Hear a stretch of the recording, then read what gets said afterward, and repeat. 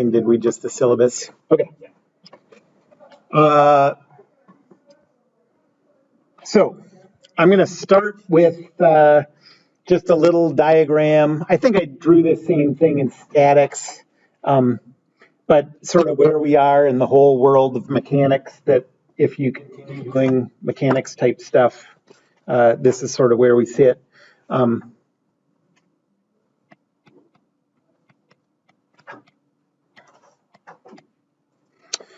Okay, so mechanics starts with physics 1. You start talking about Newton's laws and stuff like that, and then you go to statics after that. And then from statics, the world of mechanics kind of branches out into two different goals, kind of two different objectives. The first one over here is about answering the question, will it break? And questions about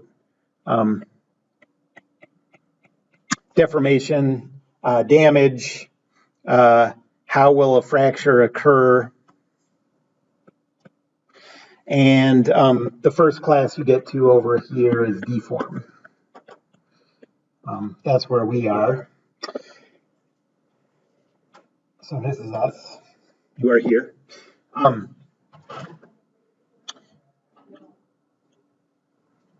Other universities? No. I'm too mature for stuff like that. Only 1 minute later. Yeah. Most universities call Deform mechanics of materials, by the way. So if you see mechanics of materials, that's this class. But at the U, they call it deformable body mechanics. So that's what I do. And then from Deform, if you go in the direction of more difficult math, I'm going to say this branch is mathy. You get to continuum mechanics, which basically is answering more difficult deform type questions by hand, using differential equations and whatever. And you can keep doing continuum mechanics forever until you die and never get to the end of it. And very smart people have developed a lot of crazy stuff. In the other direction, if you just you don't care about the beauty of it or whatever, you just care about getting deform questions answered. So this is the applied direction. This is what you would do for any company and for really most research projects. You get to finite elements, which is a numerical computer approach to more complicated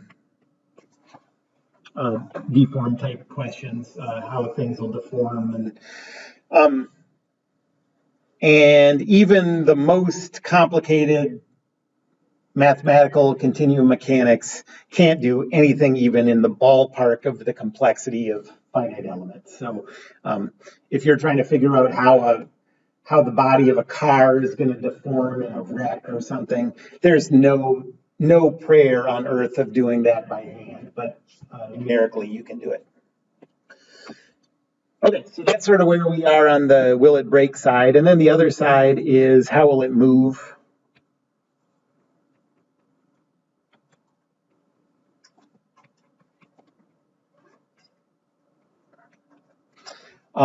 So the first class in that branch is dynamics.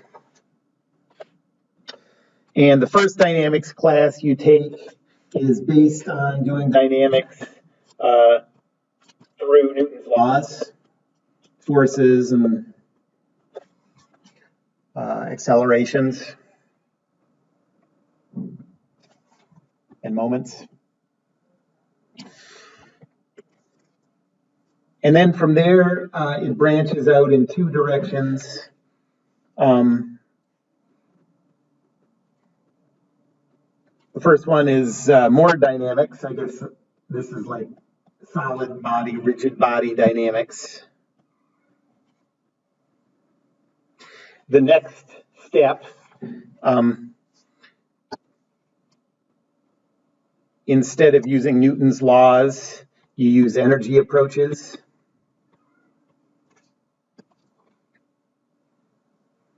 And the other direction you can go from your first class in dynamics is fluid dynamics.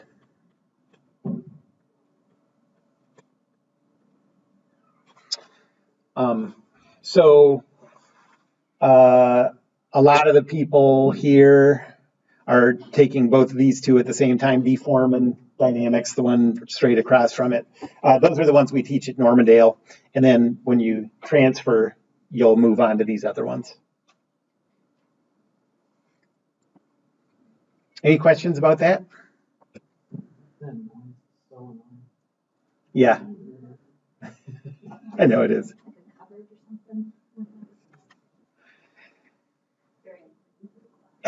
Right. Do you have a question about the cabinet or not? Okay, so now we're going to get into mathematical stuff, which is, so for us, it's matrices. So our mathematical preliminaries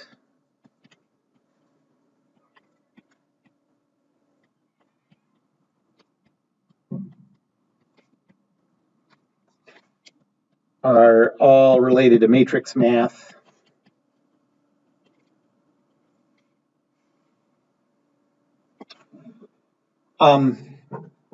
And so, yeah, we're going to be using matrix math with basically everything in this class.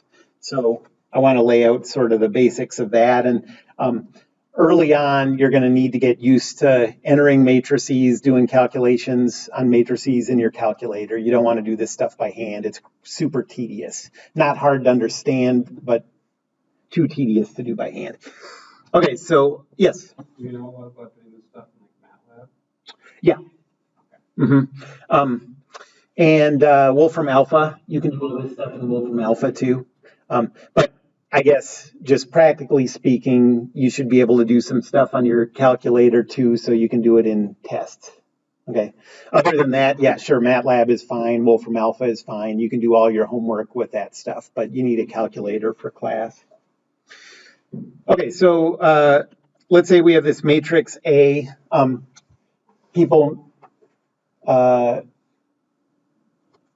It's pretty common to denote a matrix with that under squiggle, just like you denote a vector with a over arrow. So as an example, let's say we have the matrix 2, 1, negative 2, 4, 0, negative 6. And the size of this matrix is 3 by 2. So when you're describing the size, the first number is the number of rows and the second number is the number of columns.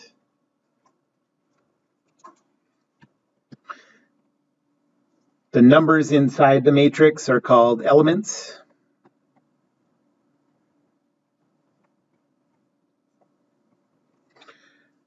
And in a matrix that I use a capital for, the elements I'm going to use a lowercase for, and the subscripts, the first subscript is the row number and the second subscript is the column number. So A11 is the value 2, A12 is the value 1, A21 is the value what? Negative 2. A22 is the value 4. I mean, I guess I'm just writing them down in the shape of the matrix, but so get comfortable with what subscript means what. 3, 1 is the value 0, and 3, 2 is the value negative 6. Okay, so the elements are numbers. They're not matrices, so you don't use the under squiggle for the elements, just like you don't use when you're talking about the components of a vector, you don't use the vector symbol. You only use it for the whole thing. In this class, we're going to deal with 4 different sizes of matrices.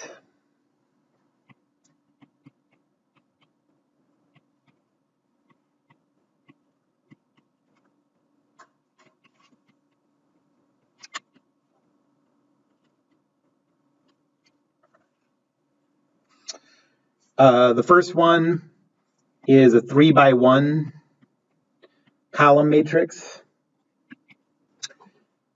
And we'll use that to denote vectors in 3D.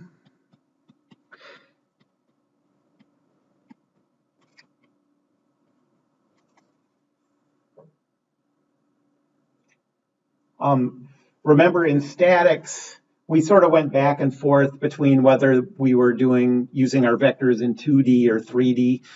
In Deform, even when we're doing fundamentally 2-dimensional problems, all of our matrices are going to represent 3D. Okay, so we're not going to use any 2x2s or 2x1 matrices. So I don't know if you really need an example of what a vector is, but so like a force vector, would be something like this.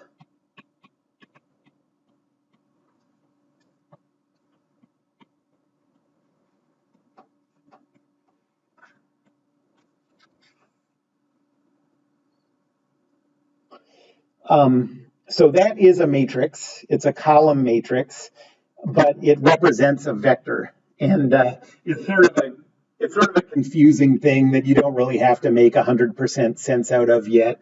But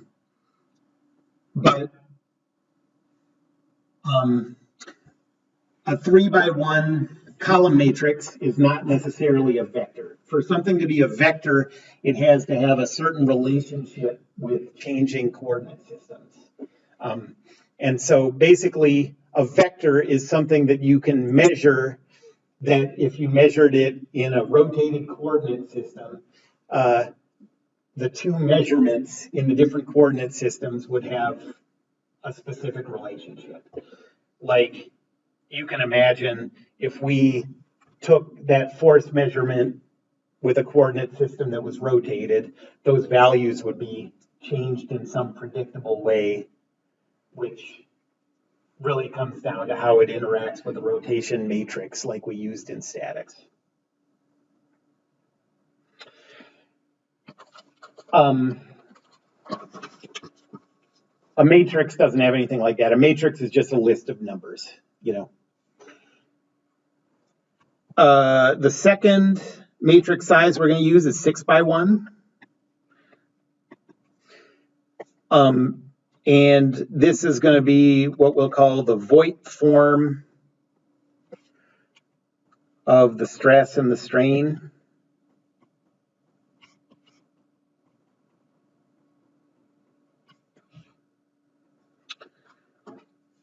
So, for example,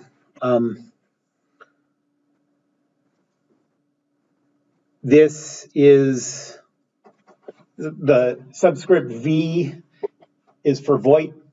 The epsilon says that this is a strain, a Voigt strain, and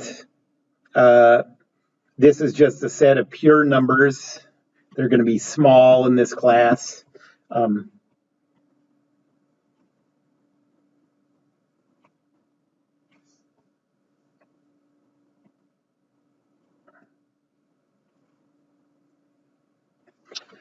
In fact, we'll talk about it later, but if you ever see strain values in this class bigger than about 1 times 10 to the minus 4, so I mean, think about how small that is. So if you see a strain value bigger than 0.0001, okay, then that should trigger something in your head that's like, this is not a realistic deformation for the rules of this class, okay? We're going to have very small deformations. That's okay because, well, we haven't talked about what these deformations mean, but just qualitatively, whatever, imagine chunk of steel and you're applying big forces to it, if you're not going to break that thing, those deformations inside that steel are going to be pretty small, you know, and that's what this represents.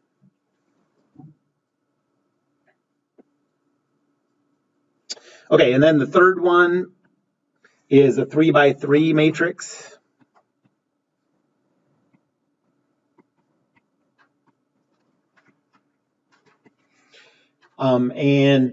For us, this will be stress tensors.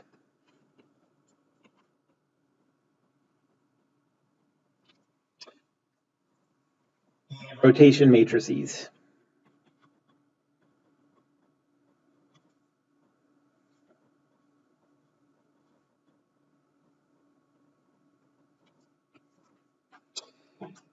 By the way, what's a tensor?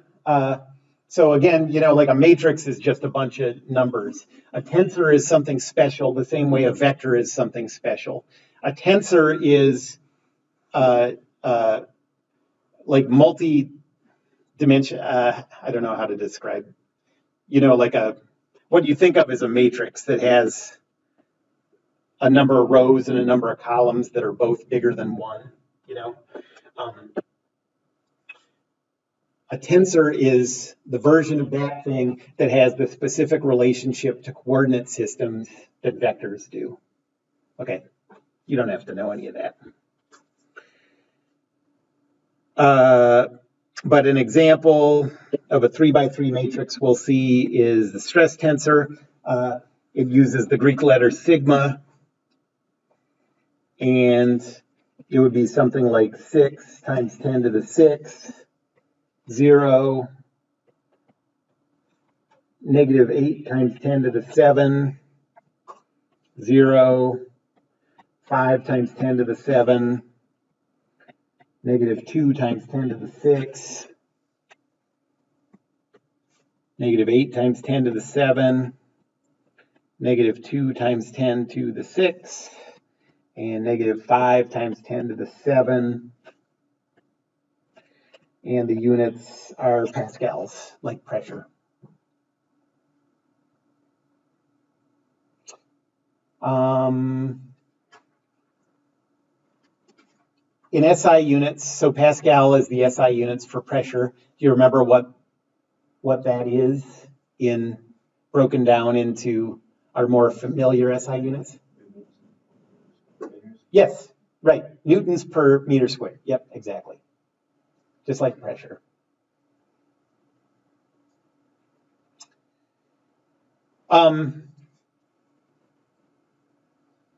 Notice that these stresses, we're going to deal with stresses for the most part that are really big numbers. Again, we're dealing with engineering materials, so they can withstand large loads applied to them and still have small deformations. So basically, we're going to see big loads, big stresses, and small deformations, small strains through the whole class.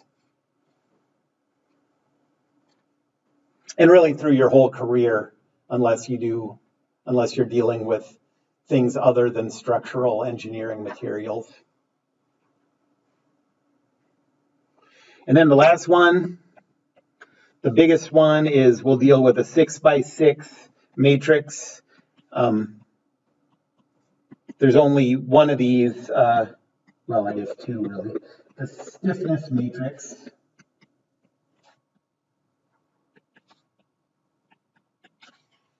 And if you take the inverse of the stiffness matrix, it's called the compliance matrix. In both cases, they tell you something about the relationship between the stress and the strain.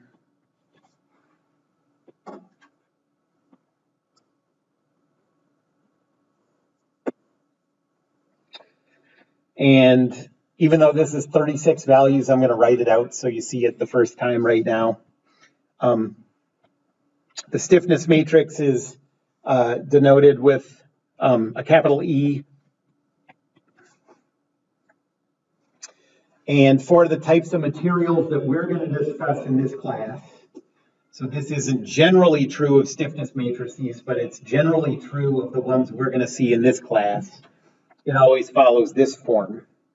1 over E, negative Greek letter nu over E, like a sort of script EV, negative nu over E, 0, 0, 0. And then the next two rows are going to look like this, but that 1 over E is just going to work its way right along this row. So the second row will be negative nu over E, 1 over E, negative nu over E, 0, 0, 0. And then negative nu over E, negative nu over E, 1 over E, 0, 0, 0. And now the last three rows have sort of a different form. So for the fourth row, 0, 0, 0. And then 2 times the quantity, 1 plus nu over E, 0, 0. And then for the next two rows, that non-zero element just works its way to the right. So 0, 0, 0, 0, 2 times the quantity, 1 plus nu over E, 0. And then 0, 0, 0, 0, 0, 2 times the quantity, 1 plus nu over E.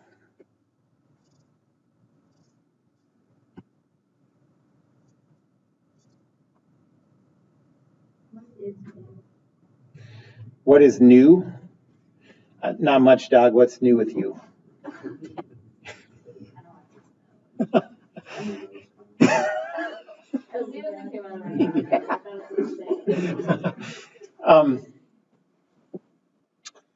So E is called the stiffness. You can think of that as like a spring constant. You know, you can think of steel or concrete or any engineering material as just a really stiff spring that relates, and so that spring constant relates the load to the deformation, and E does that too. And a high value of E means a very stiff material, and a low value of E means a very stretchable, flimsy material. And nu is called Poisson's ratio, and it tells you, so if you take, imagine a marshmallow, you know, if you push down on a marshmallow, the sides bulge out. If you pull up on a stretch of marshmallow, the sides pull in. All materials do that to some degree, pretty much. Some don't, but almost all do. And Poisson's ratio tells you what the ratio is of like outward bulge to downward push. But we'll talk about all that in detail when we get to it. But it turns out that for the materials that we're talking about in this class, and most all engineering materials until you get up to sort of permanent deformations, this whole relationship between stress and strain, this whole matrix can be determined by those two single values, the Young's modulus, the stiffness, and the Poisson's ratio.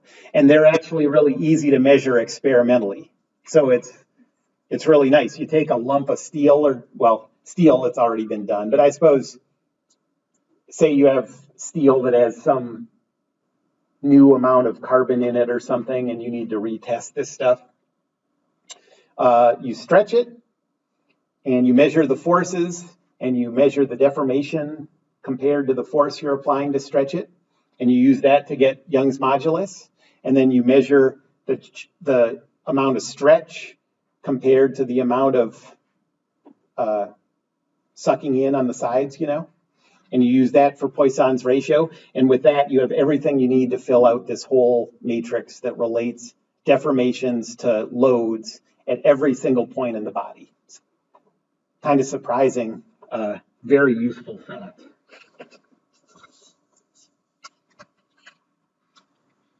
Okay, so those are the 4 matrix sizes that we're going to use.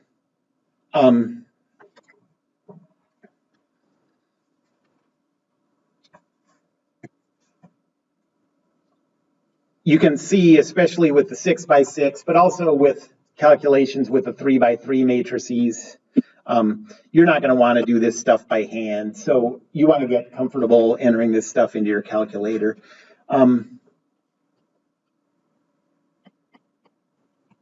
So to get matrices into TI calculators,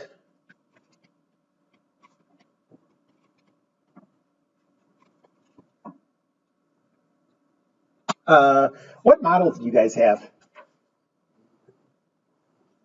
That would be inspired. Inspire, okay. Okay, that's right.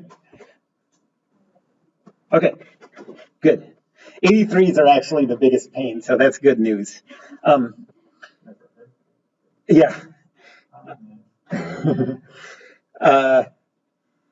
So there are sort of 4 ways to do this, and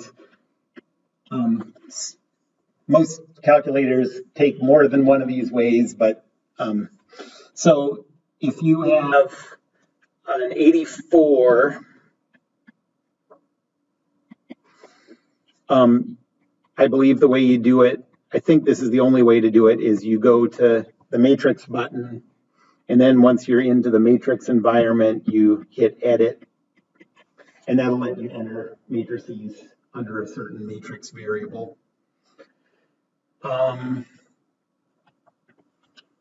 The second way, I think this might only work for an 89. You can enter a matrix with a square bracket on the outside and then square brackets for the individual rows.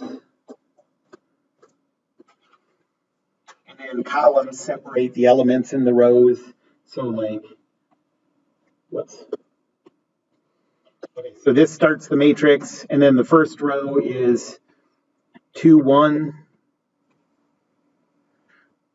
The second row is -2, 4. And the third row is 0, 6. And then end the matrix.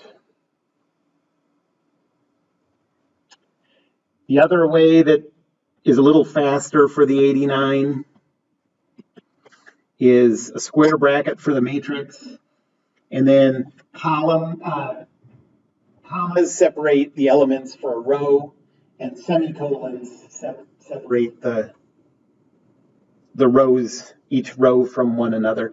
So this would be like 2, 1, semicolon, -2, 4, semicolon, 0, 6.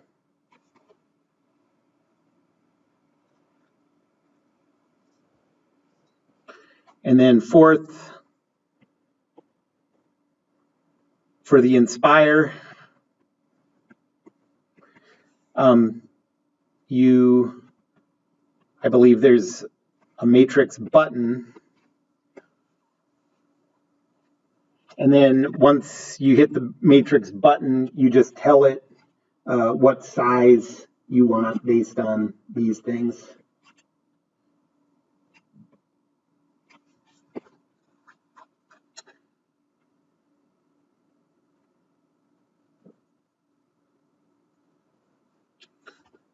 Okay. So now I'm going to talk about a few definitions before we get into calculations with matrices.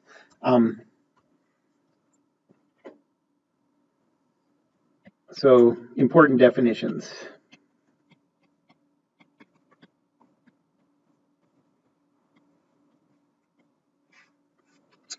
The first one is transpose.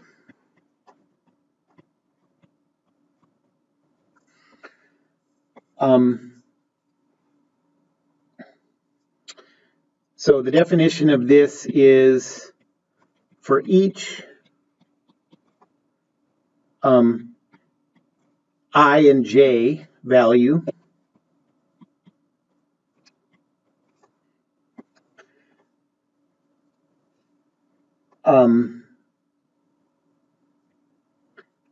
A I j is equal to B j I. So what this would do is give you, thanks.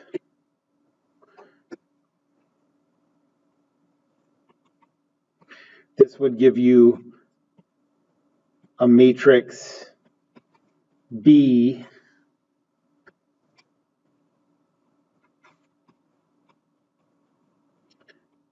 that's the transpose of the matrix A. And that what looks like an exponent capital T of the matrix, that's the notation for transpose. What does that look like in an actual matrix? Like this definition is what you would use if you were writing a computer program and you wanted to transpose. You know, you'd use like a for loop or whatever. But here's what it looks like. So let's say you have a matrix 1, 2, 3, 4, 5, 6. Then the transpose of that matrix would have everything that used to be a row would now be a column. So it would be 1, 2, 3, 4, 5, 6.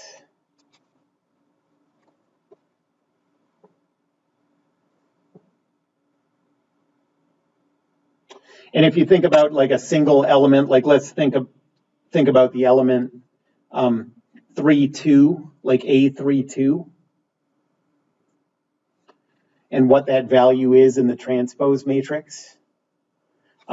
You can see sort of, you can have a little better intuitive sense of what this subscript notation is telling you. So for the matrix A, the element A3, 2 is that value 6, right?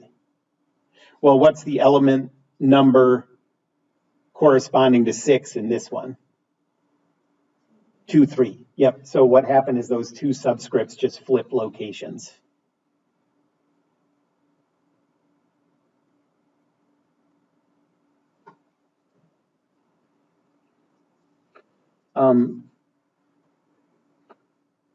Notice that taking the transpose in general changes the shape of the matrix. So notice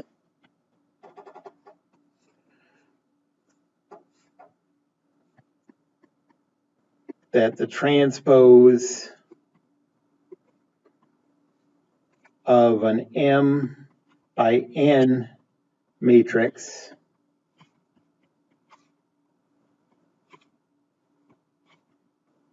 is an N by M matrix.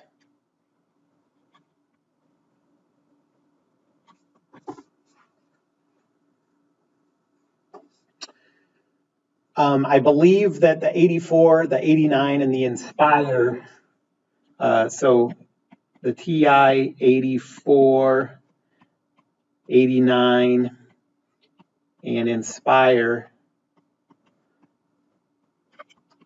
all have transpose as a built-in function.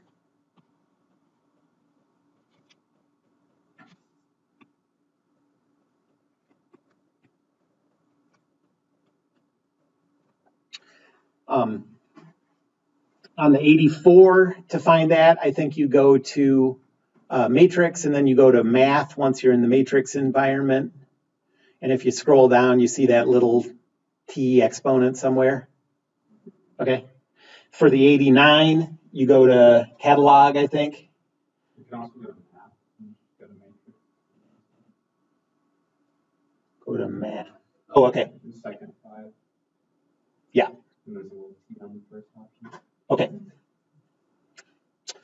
And for the Inspire, I don't remember off the top of my head, but we can find that if you need help finding that. I think there's a list of built-in functions in one of those drop-down lists once you get into the matrix thing.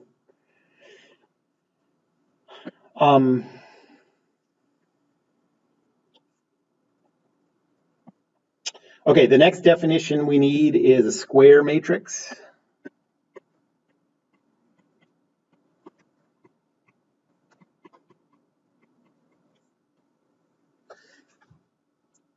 If you had to guess, if everybody had to guess what a square matrix was, 80%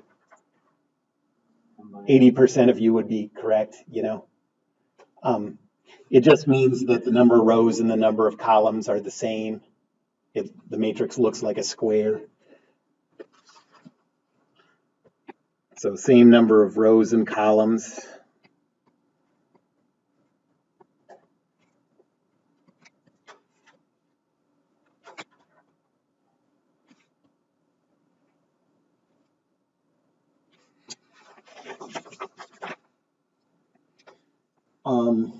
So for example, let's say we have this matrix 1, 2, 3, 4, 5, 6, 7, 8, 9. So is that a square matrix? Yes, same number of rows and columns. And in a square matrix, there's this important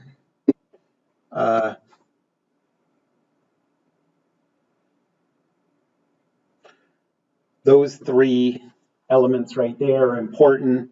That's called the main diagonal.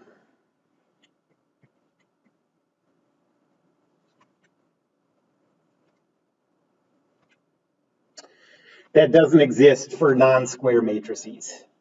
Yeah, I mean, you could think of what it means, but it doesn't have any particular value for matrices that aren't squared. But it's very useful for square matrices. So those diagonal elements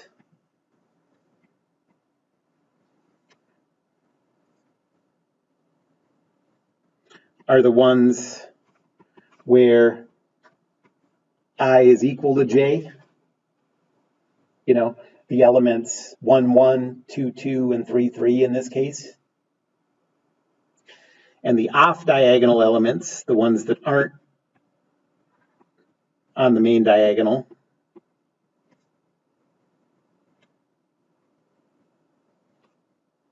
are the ones where I is not equal to j. So 1, 2, 1, 3, 2, 1, 2, 3, 3, 1, 3, 2.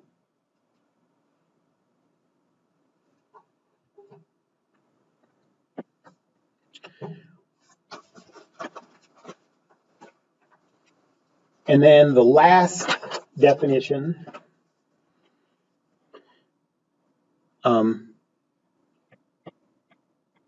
this can only exist for a square matrix. This is a special kind of square matrix.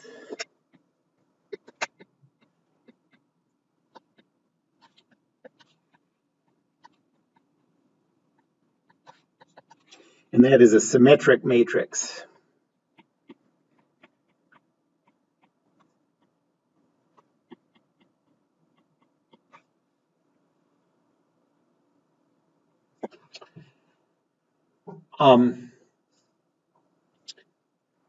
And for a symmetric matrix,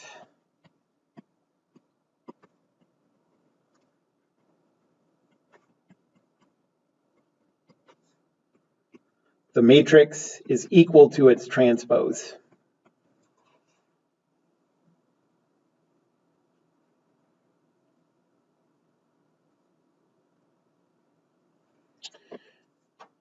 Another way to say that is an element A, I, J has to be equal to the element A, J, I.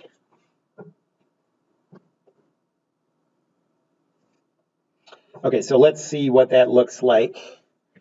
So for example, so the main diagonal can be anything on a symmetric matrix. It's not limited at all. The only thing that's limited are the relationships in the off-diagonal elements. So we could have a matrix with a main diagonal of 1, 5, negative 10. And then let's say we have the values 3, negative 1, negative 4. Okay. I could have picked anything for those. But now the rules of a symmetric matrix limit those other three, or totally define those other three. Since the element 1, 2 was equal to 3, the element 2, 1 has to be equal to 3. Okay? Since the element 1, 3 was negative 1, 3, 1 has to be negative 1. And since 2, 3 was negative 4, 3, 2 has to be negative 4.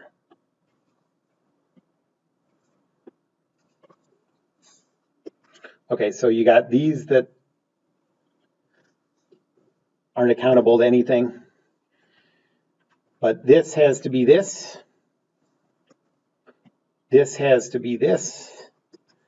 And this has to be this.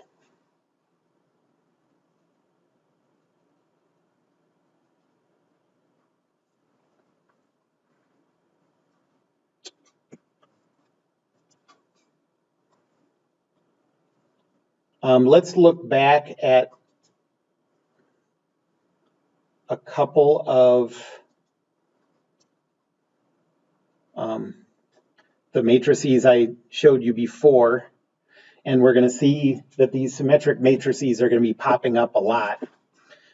So first, let's look at that stress tensor. I mean, I just gave you like a random stress tensor, but is that symmetric? It is, because the zeros match, the negative 8 to the to the positive 7s match, the negative 2 times 10 to the 6 match, so that's symmetric. Stress tensors always have to be symmetric.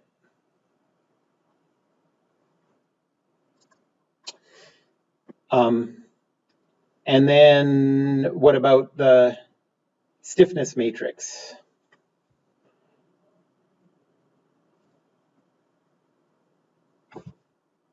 I don't have time for this. It's symmetric. Yeah. Yeah, no, that's, so, yeah. So coming back down here, stress tensors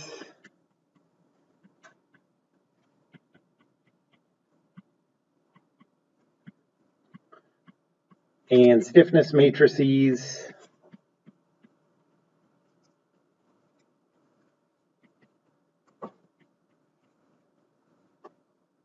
are symmetric.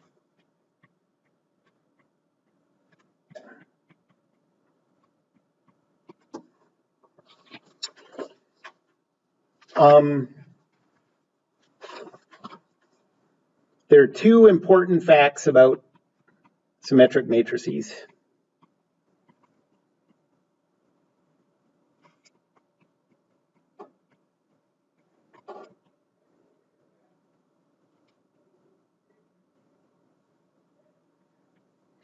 The first one is, notice, I mean, a 3x3 matrix has 9 values, right? But how many of those are independent? There's the diagonal, and then there's also, we could choose 3 of those off-diagonal elements. It was then those 3 choices just limited the other 3. So there's 6 for a 3x3 matrix, independent elements. Okay, so a symmetric 3x3 matrix has 6 independent elements.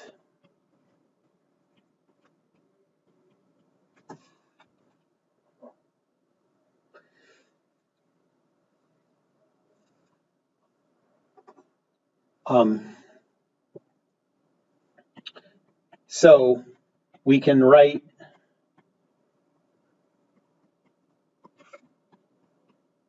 any symmetric 3 by 3 matrix in Voigt form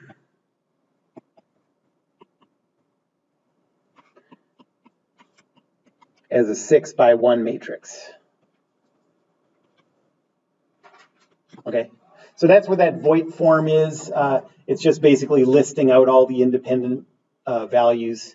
There's no need to write the last 3 because we know what they are once we've defined those 3.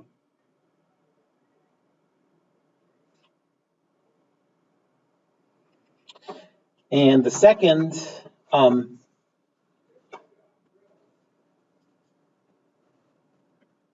important fact that's going to come up in class after class is the eigenvalues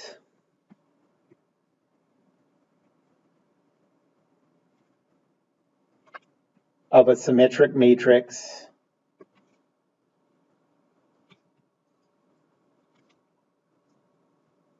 are real. They're real numbers. So in general, I can't remember, a couple of you have seen eigenvalues and eigenvectors in math, right?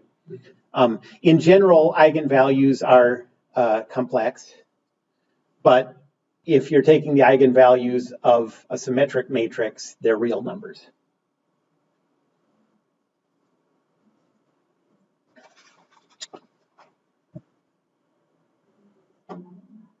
What? Yeah, because I noticed the pattern. They probably did in the first 5 minutes of a class. Yeah, that's right. They probably just explained it in the 5 minutes before you guys got there one day. I noticed the weird that they gave us, but then realized what it was. Yeah, right. So what that means is anytime you have an eigenvalue that, eigenvalues in physics and engineering always mean something physical. If that physical meaning needs a real value, then the matrix it comes from has to be symmetric. And that's what's going on here. We're going to see that eigenvalues for us are going to be they're going to be the principal stresses. Those have to be real because you can't have a complex stress. And since they have to be real, the stress tensors have to be symmetric.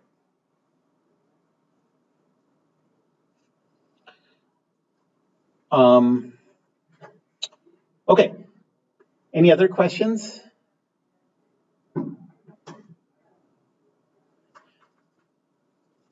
Let's stop there, and next time we'll get into matrix multiplication, and we'll talk about how to do it on each one of your calculator types.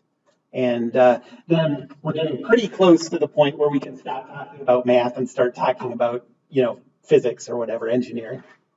So, okay, Martin Luther King Day on Monday, so don't come to class Monday. And see you Wednesday.